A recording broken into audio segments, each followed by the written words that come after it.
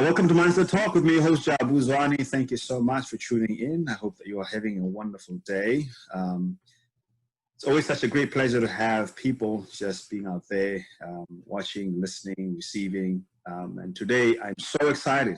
I have with me tonight and with us tonight or today, depending on wherever you are in the world, PastorJason Moore, a great friend, somebody that I've gotten the privilege to know in the last couple of years, with my visits coming to the United States from South Africa. And I'm really so good looking forward to what he has to share with us today and what God has imparted in his heart to share with us today. Still continuing on the theme of relationships. He will be giving us his wisdom as a counselor, as somebody who's been counseling marriages for a very long time. But for those of you who don't know, PastorJason Moore has been involved in a worldwide mission work and a discipleship since the age of 16. He's passionate about teaching people for the gospel of God, about the gospel. He has traveled extensively in Europe, in Asia, in South America. He also serves as a guest speaker in churches throughout the United States and has written 6 books in the Inner Revolution series. Presently, he serves in his local church, in Greater Grace World Outreach, as the director of pastoral care with his wife, Leah, and son, Carson. Pastor Jason is dedicated to share the good news of the gospel. Pastor Jason, thank you so much for being with us today, and welcome. Great to be here. Thanks for having me. Excellent, excellent. Now, I'm personally very excited. I've been following, quite a lot of what you do, being part of the same ministry that you are, and I do trust you. Definitely one of those men that I had in mind when God gave me this vision to talk to the wider body of Christ and the people in the world about marriages. I really appreciate that you could be here with us. Okay. Thanks so much for having me. Thanks so much. I look forward to learning with you and about this mystery called marriage. Yeah, what a mystery it is, right? What a mystery. Oh, yeah. That's actually a very good word, a mystery called marriage. I'm looking forward to hearing more about that. So now, without really wasting too much time, I want to go shoot straight into it. Now, the first question that I have for you, Pastor Jason, is how long have you been actively counseling married couples?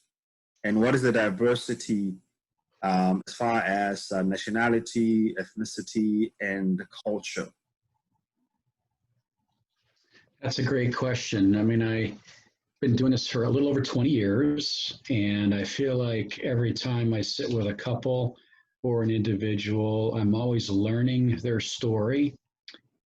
Listening carefully to what's being said, and then loving them with God's story. More than just solutions, I just want to, point them back to the Lord. And as a biblical counselor, there's God is not limited to our limitations. So, as far as ethnicity, I mean, I spent some time over in the Ukrainians and Russians, and spent some time in China.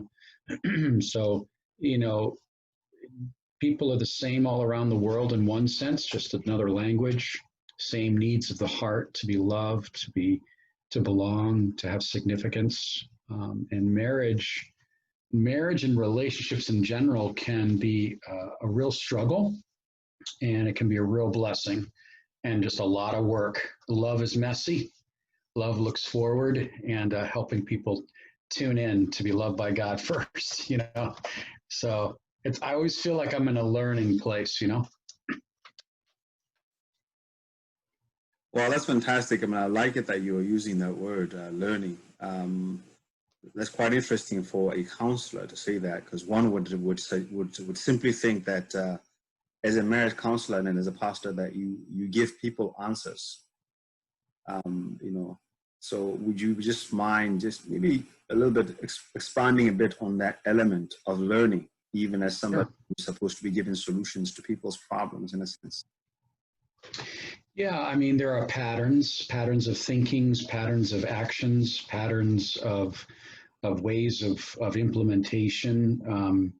So what I mean by learning is we do a lot of learning by listening, and oftentimes people will tell you what the problem is rather than talking at them. You're talking to them. So a lot of people are growing and being loved, loving themselves, because we love to the measure that we've been loved. So in a marriage and a relationship, if there's expectations to be loved or to be served or to be the knight in shining armor or be the damsel in distress, those expectations can be disappointed, because a person can never really reach another person's expectations. So in those patterns of thinking, we're always learning that we go first to God, and we help people navigate through their relationships. Oh, excellent. Very great. Such great insight. I like that. The word expectation, I hear that a lot in marriage. I think there's so much in there, but let's go on to the next question here. How important would you say that premarital counseling is, and how is it connected to the rate of divorce or success of marriages? Oh, that's a great question. I think premarital counseling is very important. Does it determine success? Not necessarily. I think as a counselor, and I'm sure you would agree as a counselor, that you can give all the wisdom in the world, but without application, it means nothing, right? And I think, with premarital counseling, being married for over 24 years, I just want to give, not some of my opinion, but just again, ways that help build communication, work through conflict resolution, how to prefer one another. So premarital counseling, of course, everyone has their concepts of, oh, my spouse can do nothing wrong. That term, love is blind. Well, it certainly is, because once you cross over that threshold, again, there's like your eyes are opened in a new way. So, for instance, loving your spouse unconditionally. We can't do that. We have to learn that from God, how to forgive our spouse, because they will fail us. How to be loved by God so we can love our spouse. These are principles that you can't just teach in a book, but communication, in-laws that become outlaws sometimes, finances are a big one, sex, that's a big one, expectations in the bedroom, fantasy, love. Again, in relationships, you learn a lot about yourself for sure. So we're in the process of pointing people and helping people think with God through these things. In your answer, the two elements that I want to just pick out a little bit. You mentioned the learning how to prefer one another. And I'm really just very interested to hear more about that. When you say preferring one another, what do you mean? Okay. Yeah, it's a principle in Romans chapter 12. It talks about projecting honor one with another, respecting one another, doing what blesses that person at the expense of your preference. I think one of the dangers in marriage is, and because of the mystery of marriage, we're attracted to our spouse because they're unique and they're different than us. And what happens is once you get married, it's potentially possible to try to make your spouse more like you or like me. Yes. And we tend to quench the mystery in doing that. So instead of honoring our spouse and their uniqueness and their diversity, instead we try to control them. We try to suppress them. We try to create, we try to remove the qualities that we don't like. And that's when a lot of friction comes in. But honoring is just loving them without trying to change them. Okay, it's and these are big things because we all have needs, and but God may meet the needs much differently than what we think, and so preferring one another. It's like, okay, God, you gave me this person to help me get to know you, to help serve them, care for them, love them. So I want to honor them, and So their problems become my problems, and we become a team together rather than, like a teacher to a student. We now are learners together, and we go to God, and we're discerning His heart and projecting God's heart to one another, giving what's needed and not what's deserved. I think grace in the marriage is huge.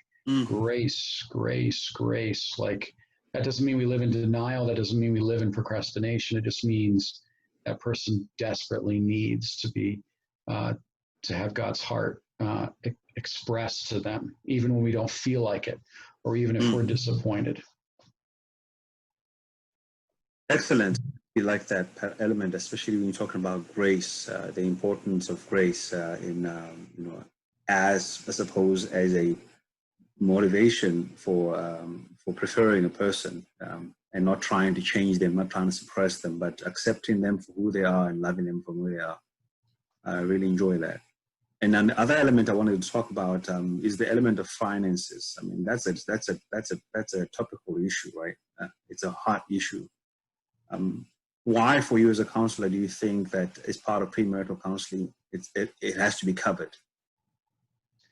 Well, it's one of the three big ones, the three friction points, because there's always a spender and there's always a saver.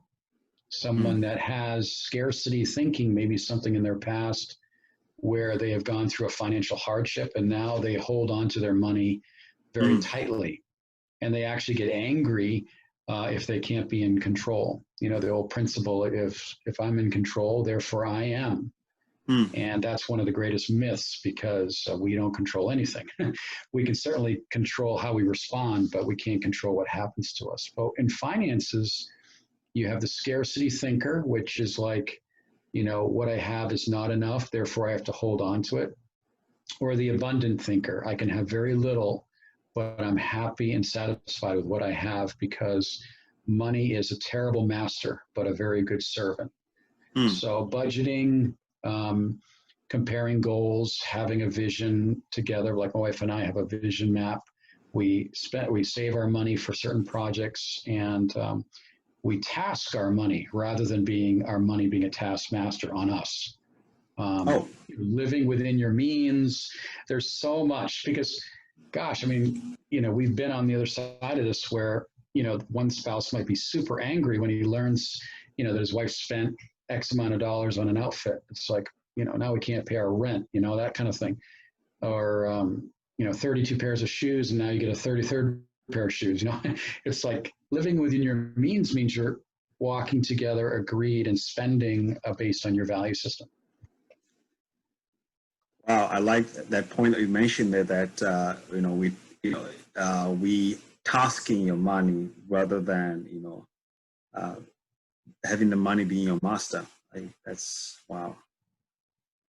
So much to think about, so much to chew on, so much to meditate on. I mean, it's. Sorry if I'm talking too fast. But we can do whatever you want. Oh no, this is perfect. I think the pace is okay. I think people are going to be watching, and then if they need to slow it down on their devices, they can do that. That's perfect. But I really am just enjoying everything.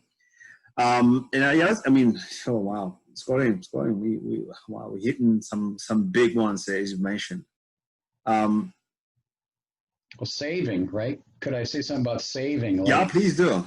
Yes. So many say, I don't have any money. And just like we would tithe first, 10%, or whatever God leads you to do with a joyful heart, we can pay ourselves first. We can pay our tithe, but pay ourselves first and then pay our bills, and that's what, instead of when you get raises or upgrades, you don't upgrade your life. You live within the means, and then you're able to save things in the direction that you want to go, like maybe saving for a house, or you work with things that instead of being more comfortable, you are able to be more mobile. Like what gives time back into your schedule.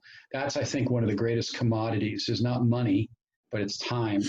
What brings you back into your lifestyle where you can spend time with your kids, spend time with your spouse. So many are working hard to maintain or keep what they have, but actually downsizing may make you, maybe gives you more enjoyment in your life. I don't need the latest toy. right? I don't need a $700 car payment or whatever that is, Yes.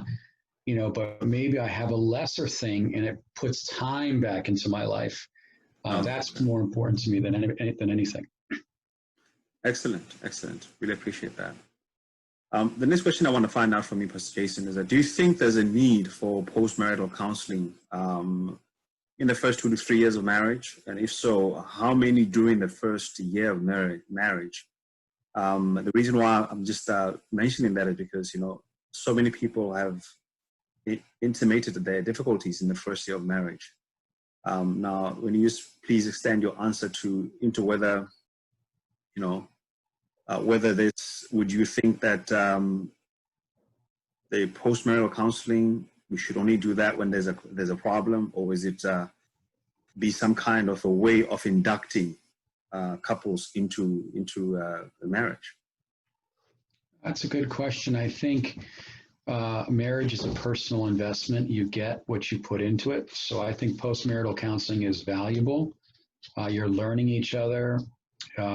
So I think there's all kinds of adjustments, disappointments, enjoyments. I didn't think I was going to be like that, or in a positive way and negative way. So I think a spiritual community is key. I know in my marriage, our spiritual community really has helped my marriage because my wife and I are opposites, and that's good. Opposites attract, and she's more of a cognitive thinker, bottom line, fact, less words, and I'm more of emotional, more words, more maybe talking about the surroundings rather than going right to the heart of the matter. Like we're kind of like enjoying the journey.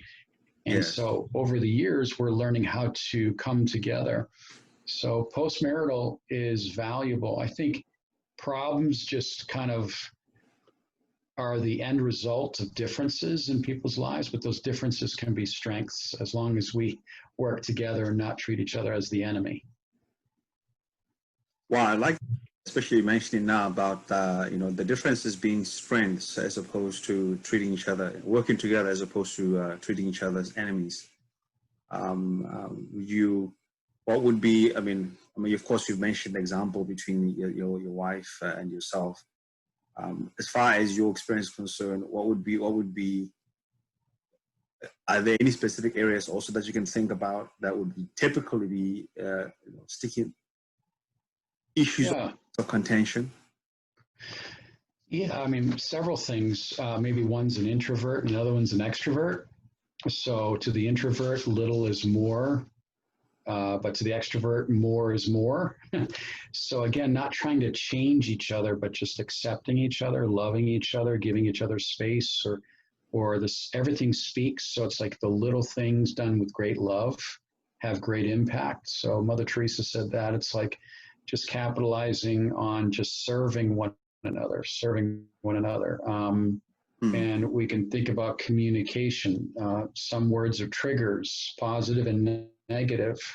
They say the 3 levels of communication is 7% is words, content, 38% is tone, but 55% is nonverbal.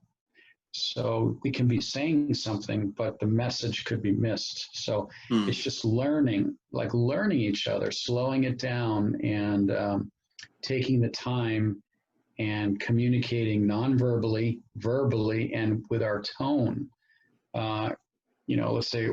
Let's say, depending on how someone was brought up, maybe they're sensitive and think, especially in international marriages, their tone can be harsh, but they're not being harsh. That's just their cultural tone. And so there's just learning ability, growth opportunities, I should say. And if we're listening and learning and loving one another, then it's like there's like this capacity and patience and forbearance for one another. A lot of sticking points, and again, I think as a husband, prayer is a huge thing to get from God what we need for our spouse, because oftentimes we're like, someone might say, "What do you want from me? I'm giving you everything I have," And that's an understandable statement, but what she wants is all of you. She wants all of you, body, soul, mind, soul, spirit. She wants everything. Because you know how, I mean, you're married, you understand it's like a wife knows when you're not listening to her. They have this special sense to see and understand. And women are amazing creatures. And that's why it's a mystery. And to celebrate the mystery and to say, God, help me be a good steward of the mystery. Wow. Excellent. Now, along with that, I mean, as you're talking about, I'm just thinking now about the current season that we're in, the current season of COVID-19. Now, the next question is actually, it has two parts to it, but I'm going to start off first with the COVID-19 part of it. Are there any specific COVID-19 quarantine-related problems that you have noticed, or perhaps that you think have been escalated by isolation of couples into the same spaces over several weeks? Have there been any trends, any changes, any couples walking in with anything new, or maybe, you know, normally when you talk about this problem, it's this low in terms of the level, but now with COVID-19, you know, there's almost an explosion? Yeah, I think a couple trends is parenting issues because their kids are home. Mm-hmm. And maybe they're being homeschooled, and a parent is either working from home or juggling an outside job. So scheduling issues in parenting has been a big deal. Kids have a lot more time around the family unit. And so, you know, the parent has to do their job and take care of their kid and try to juggle their home life. So again, just setting up boundaries and giving, you know, having more of a plan. And so there's been that. Fear has been a huge one. A lot of people just scared about what's happening, what will happen, what about my job? Will I be able to afford my house? What's my kid going to grow up? What kind of America is my kid going to grow up in? And we just have a lot of fear on the radio, TV, the internet. It's like fear mongers, bam, bam, bam. And so it's like my walk of faith, I have to have more of an input of that. Otherwise, fear, you know, internalizing fear creates anxiety, panic, depression, and so forth. So there's like an emotional complexes that really have to be checked. Isolation, that's a big one. People are, you know, I've talked to several people that are unable to be with other people. You know, maybe they get together and just have times together for fun, but people are like more nervous, more cautious, more you know, they have what's that word? Suspicious, maybe. You know. So, I mean, a lot of my counseling's been through Zoom. Zoom has been tremendous, great tool. And then just, again, just loving people where they're at. I mean, wherever they come in, it's not, the issue is not the issue, as they say. The issue is something deeper. And that's to be loved, to be, to have an identity in Christ. You know, you said earlier, you know, counseling is, does everyone need counseling? The answer is yes, if they're wise, because in counseling, it just changes our thinking. You know, it's not like a how-to thing, but it provokes us to think differently about what we're thinking about or looking at. But, you know, like with parenting, I remember my son is now 7. And, you know, my son didn't come out with a manual, you know, just like he didn't come out of my wife's body with a manual, right? But a washing machine did, right? Or a refrigerator. These big appliances have pages and pages of manual instructions. So when you're dealing with being a father or a mother or a parent or a grandparent or just a husband and wife, it's like, the Bible becomes a real directive, a helper, and keep shows us what to hold on to, what to let go of, what to support, what to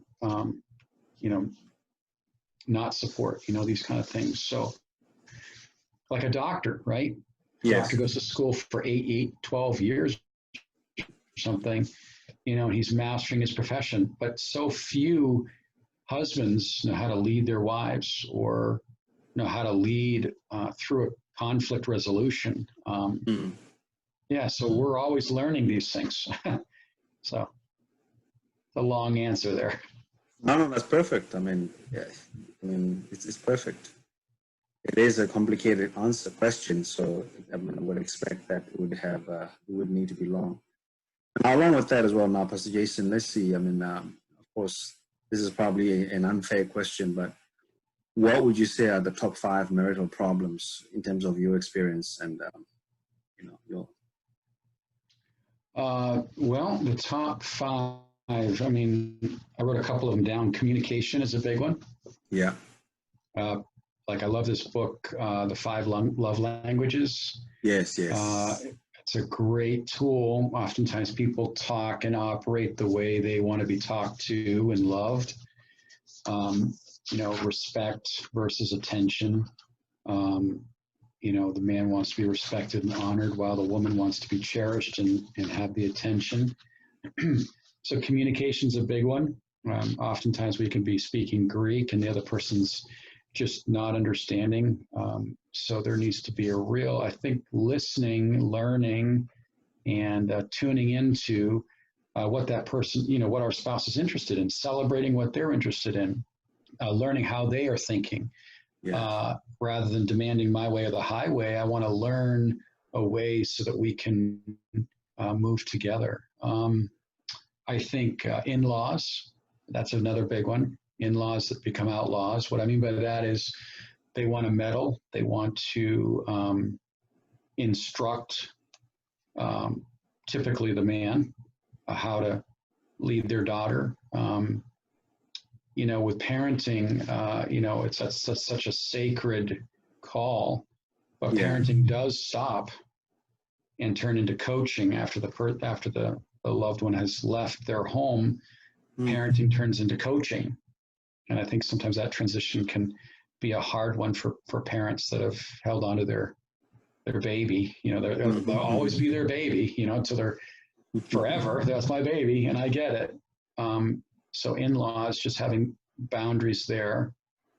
I'm just going to rattle off a few things here. Money. That's okay. Money. It's a big one. The fear of loss. We're living in a day and age where it's a 2-income household, typically. So again, how you look at money is key.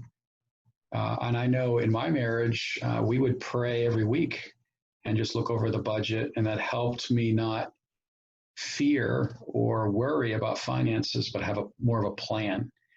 A plan is better than fearing something that may never happen, right? So many people fear something that'll never happen. What if I get sick, or what if I lose my job, or what if I have an accident, or what if, and we waste so much time and energy rather than having a plan, a prayerful plan. So sex, that's a big one. That can be an awkward topic, but I love this book by Norman Wright called Just Before You Say I Do. And it's a great manual. We walk through it in all our premarital counselings, but just fulfillment in the marriage. Sex is an important part of the marriage, obviously, but love is much more than that. And love is there's a beautiful intimacy, the 6 intimacies, as they say. Let's see if I can remember them. There's spiritual intimacy, where we're sharing our walk of faith. Recreational intimacy, where we're enjoying outdoors and just we're competitive and enjoy each other's strengths, maybe in tennis or mountain biking or hiking. There's social intimacy, where we're enjoying our friends, people in our lives, and just we kind of, it draws out different aspects of our life with social intimacy, intellectual intimacy, different topics that we like to talk about, and challenges us to be more inquisitive and really dig deep into things that we care about. Obviously, the physical intimacy, which is an expression of love and very valuable to the bonding of the relationship. And I always, emotional intimacy. This is the biggest one. Oh, I can't believe I remembered all 6 of those. Emotional intimacy. This is huge. And I think it's actually more important to the men because, and this helps men not to, this affair proofs your marriage in one regard, because you're sharing your successes, you're sharing your fears, you're sharing your desires to someone that cares, that listens, that is seeking to understand you rather than you trying to understand them. So emotional intimacy is a really important, this happens a lot through communication, but emotional intimacy is key to a thriving relationship. And the spiritual intimacy drives all of these others. So like our walk of faith touches everything in our life. So, but I just got to say, intimacy is a big word because I'm going to go off for a little bit if it's okay with you, but intimacy is you look into me and see, look deep into me and see what I care about, what I love, what I hate, what is my mission, what is my purpose, what are my insecurities, all these things, this ball, it's like, you know, we find our identity in Christ, but we're still emotional, we're still human. And that humanness is so valuable. And being two sinners coming together, of course there's going to be trouble. Of course there's going to be combustion. Of course there's going to be friction. But Christ in the middle of us, he's the insulation. He's the referee. And he's the one that shows us what the main thing is and helps us focus on the main thing. But intimacy, there's a, you know, people get in trouble. Maybe they have a gambling problem or addictions, or they're hiding. Maybe they have a low self-image or pornography, or they have a drinking problem, or there's something that they try to hide from their spouse that inevitably comes out. And I think, again, as we are, you know, growing in our faith, growing in grace, having a grace culture in our marriage, this helps us work through, you know, difficulties, and then conflict resolution. Like some people deal with conflict like a dictator. You know, they put their fists down, they throw things around, they get angry. For a woman, that pushes her away, and vice versa for a man too. If a woman's strong-willed like that, I mean, you know, so. And how do I deal with conflict? I mean, I deal with the conflict inside of me first, so I have a capacity to deal with the conflict that we're looking at. So, and this goes back to premarital counseling for a minute. You know, when you're looking for a spouse, or you're considering, you know, not that you're hunting, but you're letting God add a woman to your life or a man to your life, because you're in your mission. You're pursuing God. You're pursuing your career, you're pursuing your mission, and letting God add, rather than being a hunter, kind of finding what fits, you know, like trying a new car. I'm just going to test drive it. I'll live with that person just to see if we fit. That can be so destructive.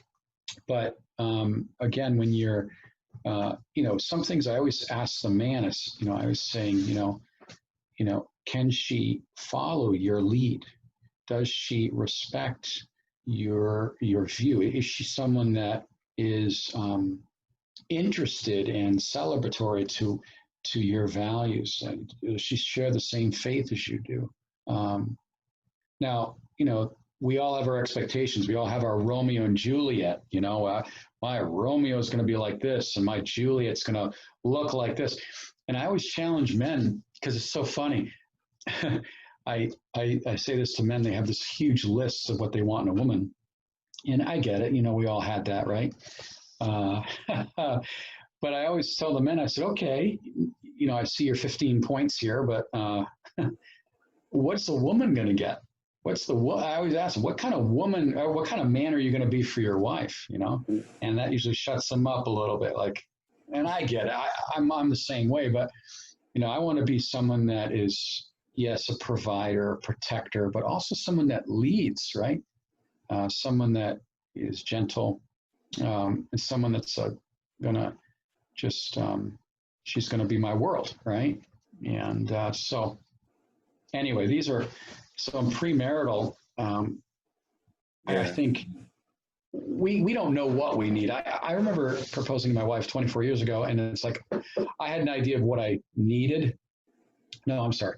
I had an idea of what I wanted, but God says, I know what you need. So God gave me what I needed. Oh, wow. So anyway, a lot of thoughts there. Wow. I mean, hey, this is marriage you're talking about here. We're talking about a mystery. So, oh, yeah. The mystery is unfolding, and we're making discoveries, right? There's treasures in the mystery. So, yeah, wow, there's so much there. Yeah, we're almost coming to the end of our talk here, but the big one, the last one here is what would be now your top 5 tips? Something that you feel whenever you do either premarital counseling or postmarital counseling, or if you get a minute to talk to somebody that you might see, maybe there's some kind of an issue in this marriage. What would be your top 5 marriage tips? Wow. Always date your wife. That's a big one. Always date your wife. Okay. Always date your wife. Like even if now that you have her, you know, that pursuit, you've captured her, keep pursuing her. There's that insatiability in every woman to be loved. And there's always, the devil will always project, you know, am I enough for my man or vice versa? But there's always like an attack against unity. So there's a lot of projections and psychic noise that goes on in a woman's heart. So when you pursue her, and little things are big things. So it's like just that romance, keeping it fresh. This takes work, and it just doesn't happen. You have to do it intentionally. And there's no such thing as a perfect marriage, so you can take the pressure right off of you. But I always say this, you know, let's gather around a perfect Christ. Let's gather around something that is perfect. That's the Bible. You know, again, because if I'm looking for perfection, or if I'm looking for her to complete me, that's another thing. Oh, she's going to complete me. No, she's not. No, he's not. He's going to fail you. She's going to fail you. Sorry to blow the bubble there. But our attitude is, this is God's gift to my life. And so number 1 is to date her, keep dating her. Number 2 is don't try to make her like yourself. That's another big one. She's not like you. She's not going to be like you. And thank God, right? Because that's boring, right? Sometimes control can come into a relationship to suppress, to make her more like a wallflower, you know, submit, you know, just be quiet, you know, and it becomes like a father-daughter kind of relationship. And that's very damaging. So it's like, or a roommate kind of relationship, or a mother-son kind of relationship. These are all parallel relationships that detract from romance and the mystery. So celebrate her differences, celebrate who she is in Christ, celebrate her just her differences, and they become strengths. Personal investment, keep working on the marriage. There's no such thing as standing still. You're either moving forward or being pushed backwards. So go to marriage conferences, be around healthy people, guard your home. May your house be a home, a place of love. It's like Psalm 101, watch carefully what you look at on TV, or guard the spirit of your home. Have boundaries from toxic people. And if you're in a bad mood or you're just discouraged, invest in yourself so you don't have this dump truck of bitterness or discouragement that you're pouring out to your spouse. So, and a couple more is listen. I don't know, for me, this is the biggest one because I feel like I'm always learning how to listen and ask questions and be engaged in the conversation. Listen to her. Don't try to correct her. Listen to her. And listening is a way to love her. And to the measure that we love gives us the equity to correct, right? Like so many are like, I want you to do this, this, and this. And the person has no capacity to respond to that because they don't feel loved or they don't feel worthy or lovable. And, and this brings up another point, have a mission together.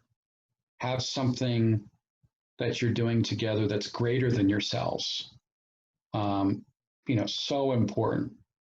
Like, for instance, my wife and I fell in love. We were on the mission field. We spent many years in Eastern Europe. And I fell in love with her life. I fell in love with her passion for God. I fell in love with her care for other ladies. And I fell in love with her faith. I remember we were in Poland and I asked her, I said, in so many words, we were friends. And I said, so what's your plan this next year? And she was telling me some of her plans as we were moving to the Ukraine. And money, the thing about money came up. And I said, how much do you get a month, that's going to support you?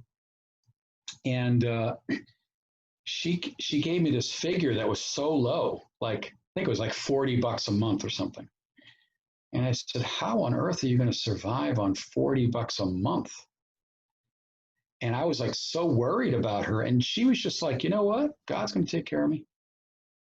And I said, you're either crazy or this is faith. And anyway, and it was amazing how God came through for her. And I fell in love with her faith, her reliance on God. And these are big things because, nobody can be 100% of the time.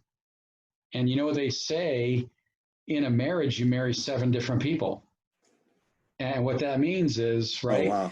The honeymoon, you got the time before kids, you got the mother, you've got the career, you've got the grandmother, you got these different stages where your spouse will change.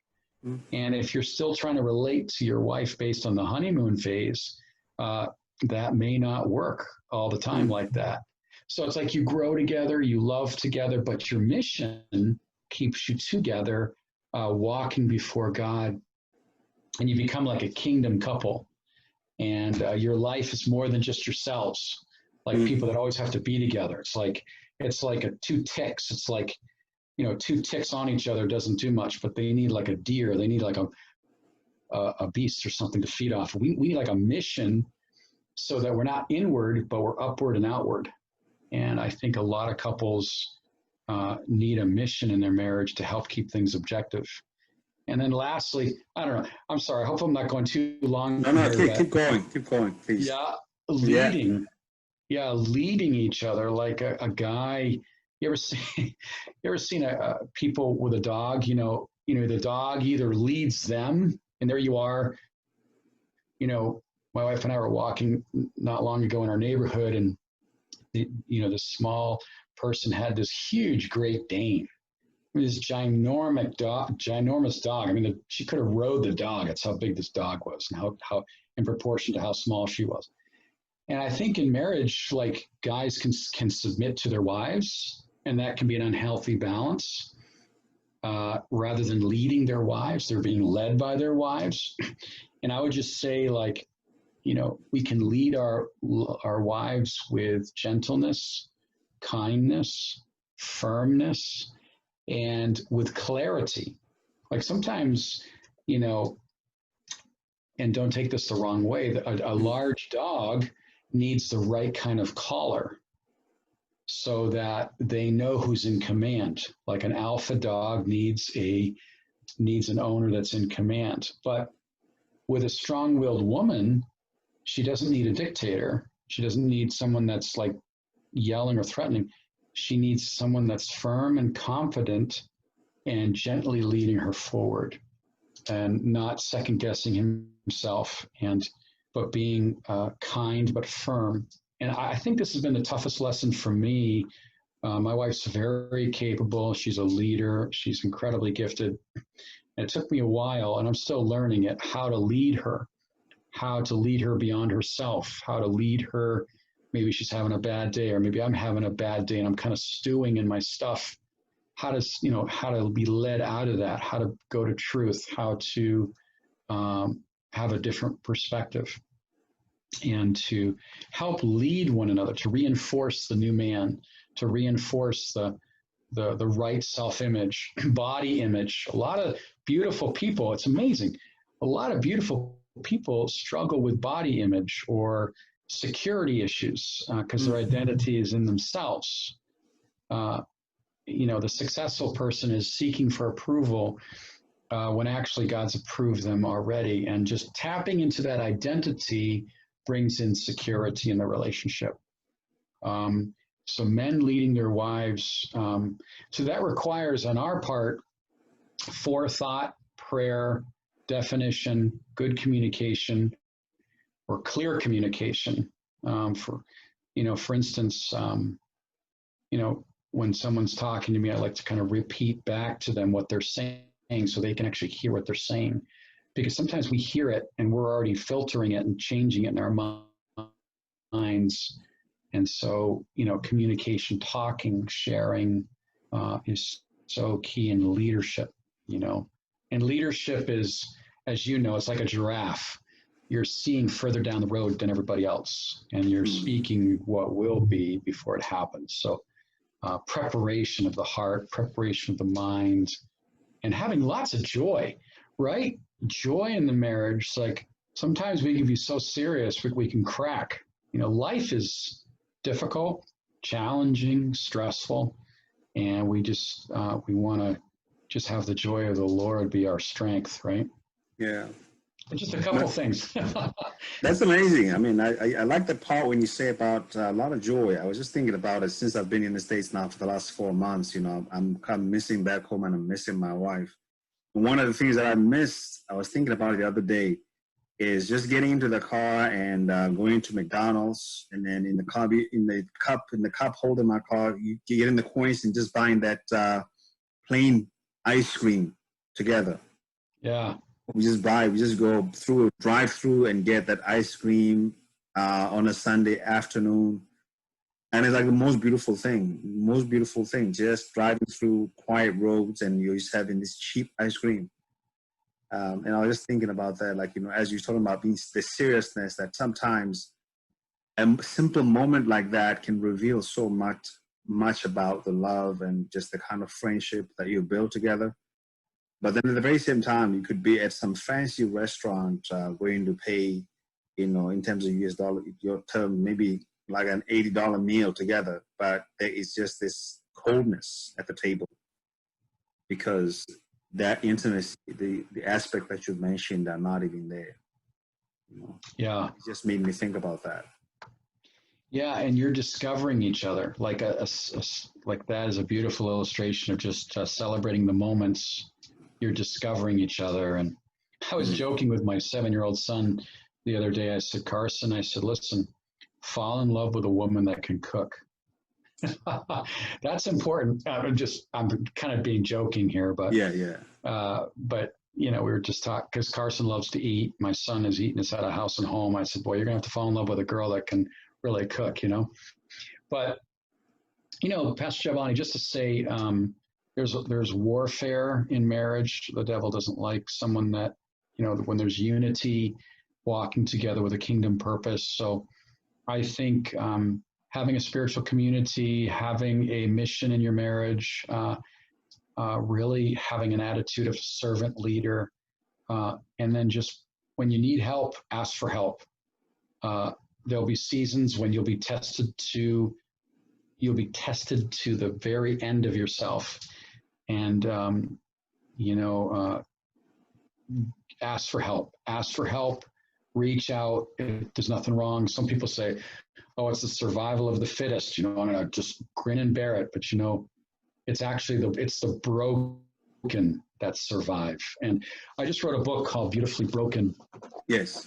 And very excited about it. It's the 6th book in the Inner Revolution series. And the Inner Revolution is really, it's what we're revolving around in our spirit is what's changing us. And it's like this inner reaction to just mediocrity.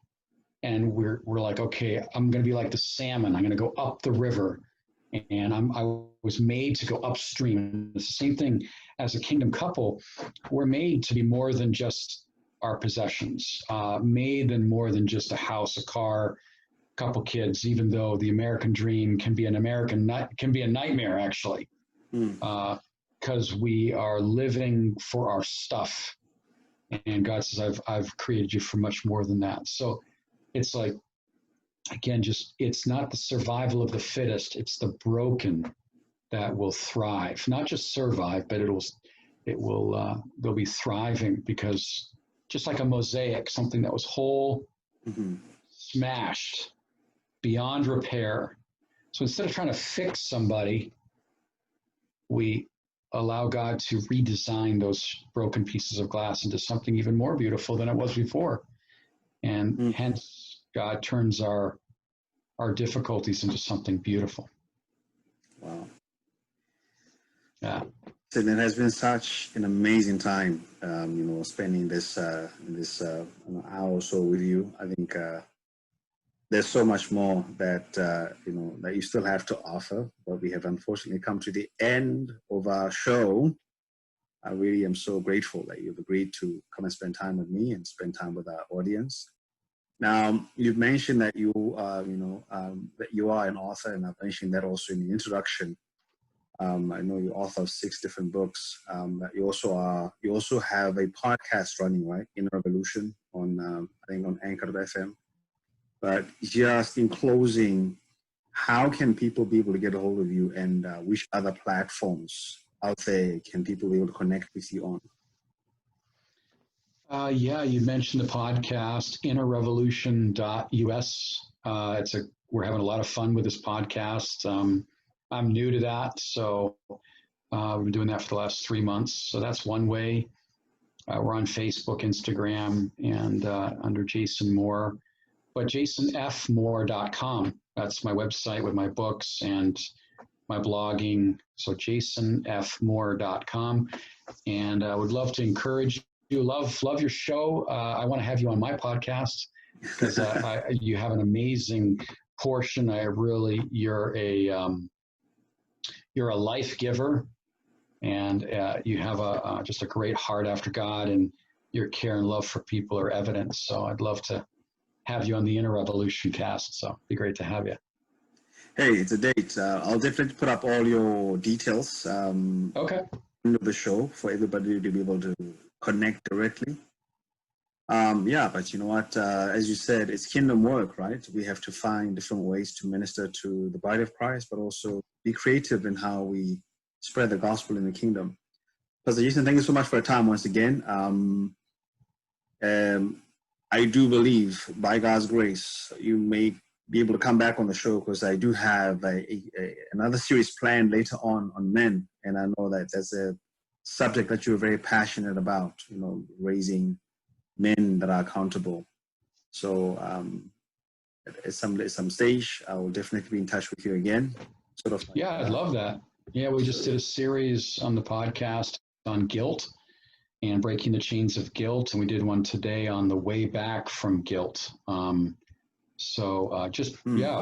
Just ways to, men don't have to be victims, as well as women for that matter, but we don't have to be prisoners, but we can be sons and fathers. And, very interestingly enough, and I know you got to close, but, jail ministry, one of the statistics I recently learned is that most men that are in the jails, most of them don't have a father figure or grew up without a father. So like being a father, you know, my wife had Carson 16 years into our marriage. So, you know, being a father's taught me a lot about God, our Heavenly Father, and just the importance of just raising up a child to know their Heavenly Father. Because otherwise we're constantly seeking and constantly trying to fill that void that Christ fits and fills. So. Awesome. Awesome. Yeah. Awesome. All right. We have come definitely to the end of our show now. Okay. Well, thank you so much, Pastor Jason. And thank you guys for tuning in. Once again, Mindset Talk is a talk that covers very important issues, tackling what mindsets are, how do mindsets form, what the function of mindsets is in our lives, and how can we best create the type of mindsets that are necessary for the life that is productive and a life that is successful. So keep on watching, keep on sharing the messages, keep on subscribing to our YouTube channel and on the various platforms where we are available. Once again, my name is Jabu Zwane. I'm a mindset specialist, and you have a blessed day.